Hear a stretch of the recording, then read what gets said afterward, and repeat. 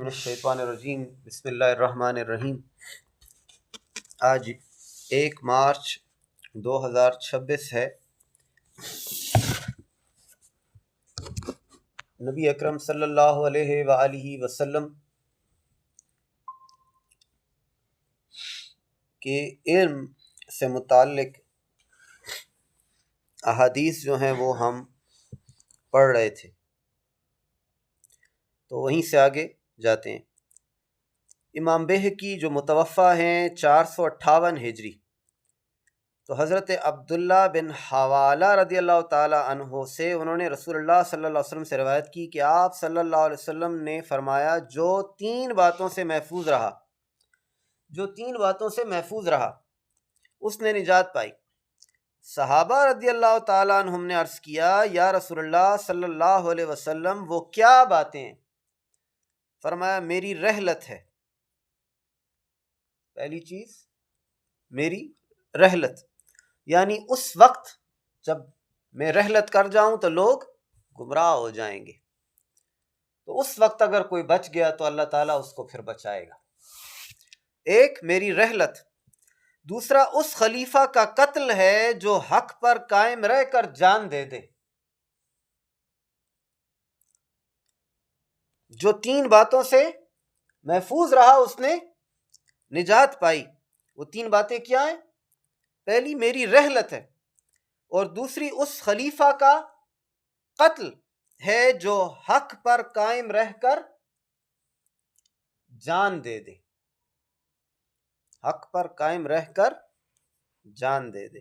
دلائل النبوہ جلد نمبر 6 صفحہ 392، خصائص الکبریٰ جلد نمبر 2 صفحہ 208۔ اسی طرح امام حاکم رحمہ اللہ نے صحیح بتا کر، یہ مستدرک حاکم ہے، اور امام بہقی نے حضرت عبداللہ ابن مسعود رضی اللہ تعالیٰ عنہ سے روایت کی، انہوں نے کہا رسول اللہ صلی اللہ علیہ وسلم فرمایا، اسلام کی چکی 35 یا 36 یا 37 سال بعد گھومے گی، تو اگر وہ لوگ ہلاک ہوئے تو راہ ثواب ہلاک ہونے والوں میں ہے، اور اگر ان کا دین ان کے لیے قائم رہا تو 70 سال تک قائم رہے گا۔ حضرت عمر فاروق نے عرض کیا، یا نبی صلی اللہ علیہ وسلم، یہ مدت گزشتہ سال سے ہے؟ فرمایا، نہیں، جو آئندہ آئے گا۔ امام بہقی رحمہ اللہ نے فرمایا، چنانچہ ایسے ہی ہوا، بنو امیہ کی حکومت اس سال رہی، یہاں تک کہ جب ان میں سستی در انداز ہوئی تو 70 ہجری کے قریب خراسان سے دعویٰ کرنے والوں کا ظہور ہوا۔ یعنی نبی علیہ السلام نے اپنے سے بعد آنے والے سارے فتنوں کی نشاندہی کی تھی، اور وہ فتنے اب آہستہ آہستہ ظاہر ہو رہے ہیں۔ امام احمد ابن حنبل متوفی ہیں 241 ہجری، وہ لکھتے ہیں، آپ صلی اللہ علیہ وسلم قریب تر ہونے والے فتنوں کا ذکر فرما رہے تھے، اسی اثناء میں ایک شخص گزرا، آپ صلی اللہ علیہ وسلم نے فرمایا، اس دن یہ شخص ہدایت پر ہوگا۔ یعنی ایک ایک بندے کو یہ بھی جانتے تھے کہ کس لڑائی میں کون سا بندہ ہدایت پر ہوگا اور کون سا گمراہی پر۔ اس کو فضائل الصحابہ امام احمد ابن حنبل نے ذکر کیا، جلد نمبر 1 صفحہ 507، حدیث نمبر 827۔ امام ابو بکر بن حسین بہقی متوفی 458 ہجری، حضرت حذیفہ رضی اللہ تعالیٰ عنہ سے روایت کرتے ہیں، انہوں نے کہا رسول اللہ صلی اللہ علیہ وسلم نے فرمایا، قیامت اس وقت تک قائم نہ ہوگی جب تک تم اپنے امام کو قتل نہ کرو، اپنے پیشوا کو، اپنے بڑے کو، اپنے امام کو قتل نہ کرو گے، اور ایک دوسرے کو اپنی تلوار سے قتل کرو گے، یعنی ایک دوسرے کے دشمن بن جاؤ گے، تمہارے شریر لوگ تمہاری دنیا کے وارث بن جائیں گے، تمہارے شریر لوگ تمہاری دنیا کے وارث بن جائیں گے۔ دلائل النبوہ جلد نمبر 6 صفحہ 391، خصائص الکبریٰ امام جلال الدین سیوطی ہے، جلد نمبر 2 صفحہ 209، البدایہ والنہایہ ابن کثیر جلد نمبر 6 صفحہ 202۔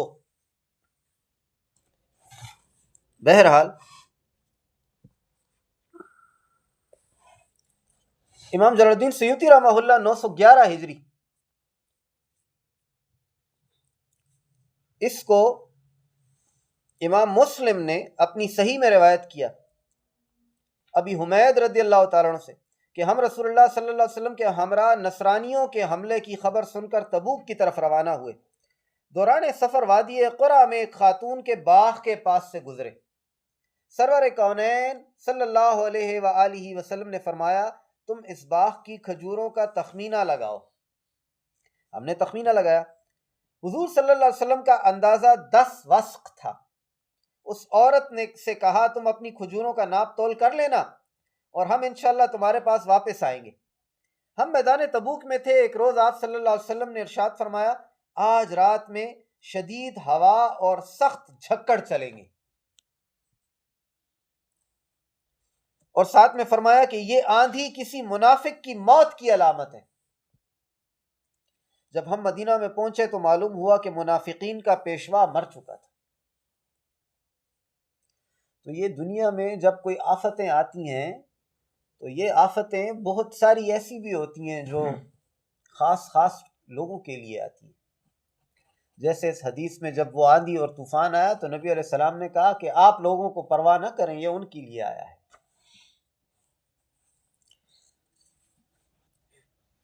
اس روایت کو دلائل النبوہ میں امام ابی نعیم نے بیان کیا ہے، صفحہ 473 پہ۔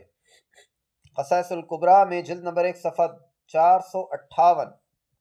مسند امام احمد ابن حنبل جلد نمبر 5 صفحہ 224۔ البدایہ والنہایہ میں جلد نمبر 5 صفحہ 12۔ اور بھی کثرت سے لوگوں نے بیان کیا۔ صحیح مسلم میں کتاب صفات المنافقین، وہاں یہ روایت موجود ہے۔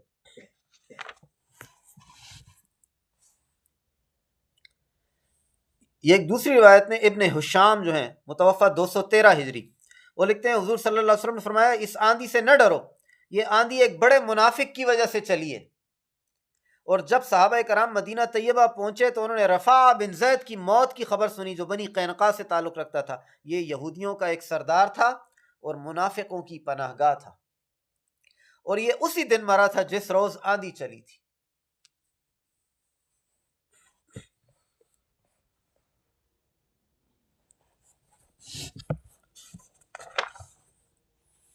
امام ابی عبداللہ بن مسلم بن قتیبہ الدینوری متوفہ 276 ہجری، اور امام احمد ابن حنبل متوفہ 241 ہجری۔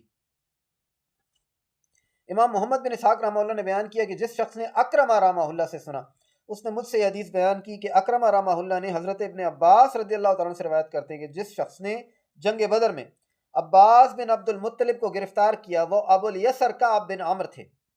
ان کا تعلق بنو سلمہ سے تھا۔ ان سے رسول اللہ صلی اللہ علیہ وسلم نے پوچھا ابو الیسر تم نے اس کو کیسے گرفتار کیا؟ انہوں نے کہا اس معاملے میں ایک ایسے شخص نے میری مدد کی جس کو میں نے اس سے پہلے نہ دیکھا تھا، اس کے بعد اس کی ایسی ایسی حیثیت تھی۔ تب رسول اللہ صلی اللہ علیہ وسلم فرمایا تمہاری مدد ایک مکرم فرشتے نے کی تھی۔ اور عباس رضی اللہ تعالیٰ نے فرمایا اے عباس تم اپنا فدیہ بھی دے دو، اور اپنے بھتیجے عقیل بن ابی طالب اور نوفل بن حارث کا فدیہ بھی دے دو، یعنی پیسے دے کر جان چھڑاؤ۔ اپنے چچا کو بھی کہا اور ساتھ میں کہا کہ اپنے علاوہ 2 اور لوگوں کا فدیہ بھی دو، اور اپنے حلیف عتبہ بن حجدم کا فدیہ بھی دو جن کا تعلق بنو حارث بن فہر سے ہے، یعنی ایک اپنا اور 3 اور لوگوں کا۔ حضرت عباس رضی اللہ تعالیٰ عنہ نے ان کا فدیہ دینے سے انکار کیا اور کہا میں اس غزوے سے پہلے اسلام قبول کر چکا تھا، یہ لوگ مجھے زبردستی ساتھ لائے ہیں۔ یہ کہا کہ میں تو یہاں آنے سے پہلے اسلام قبول کر چکا تھا، یہ تو یہ آئے۔ اب دیکھو غزوہ بدر پہلی غزوہ ہے، یہ نبی علیہ السلام کے چچا ہیں۔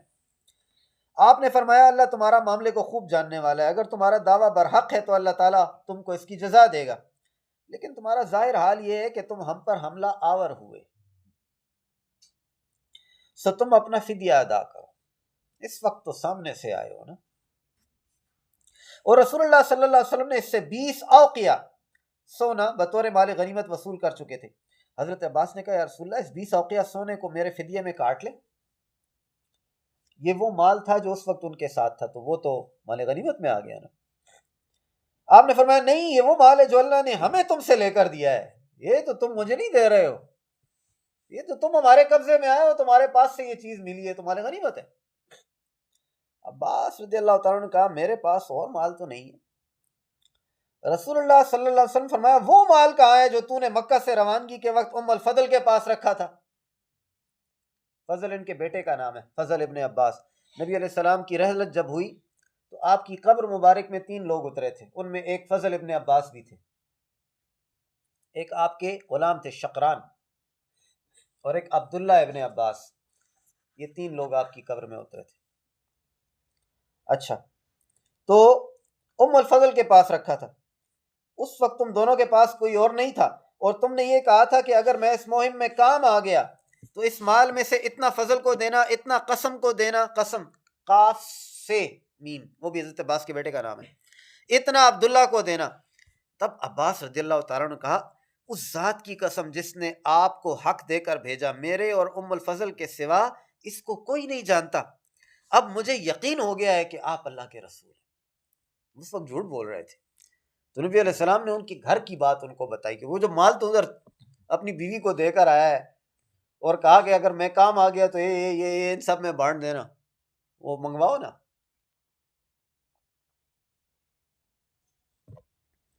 مسند امام احمد ابن حنبل جلد نمبر 1 صفحہ 353، رقم حدیث جو ہے 3310۔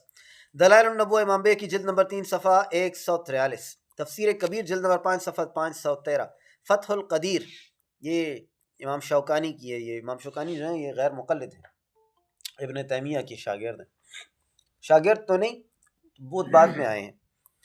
ابن تیمیہ کے شاگرد جو ہیں ابن القیم ہیں، ابن زاد المعاد والے ابن قیم۔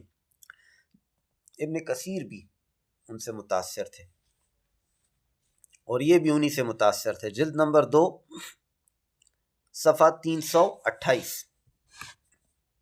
اور بھی بہت سارے لوگوں نے اس کو کثرت سے بیان کیا۔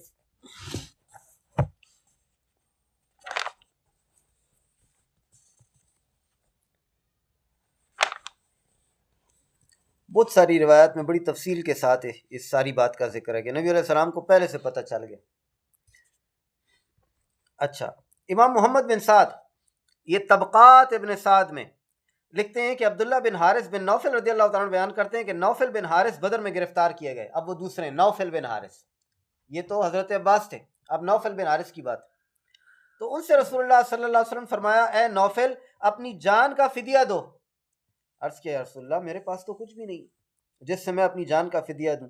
فرمایا اپنی جان کا فدیہ ان نیزوں سے ادا کر جو جدے میں ہیں، جدے میں جو تمہارے نیزے پڑے ہوئے ہیں وہ بیچنے کے لیے، تجارت کے لیے جو مال ادھر چھوڑ کے آئے ہو ان سے ادا کرو۔ عرض کی میں گواہی دیتا ہوں بے شک آپ اللہ کے رسول، میرے علاوہ کسی کو پتہ ہی نہیں تھا کہ ادھر نیزے جو ہیں پڑے ہوئے ہیں، میرا مال وہاں جدہ، وہاں میرا مال پڑا ہے۔ طبقات ابن سعد جلد نمبر 4 صفحہ 46،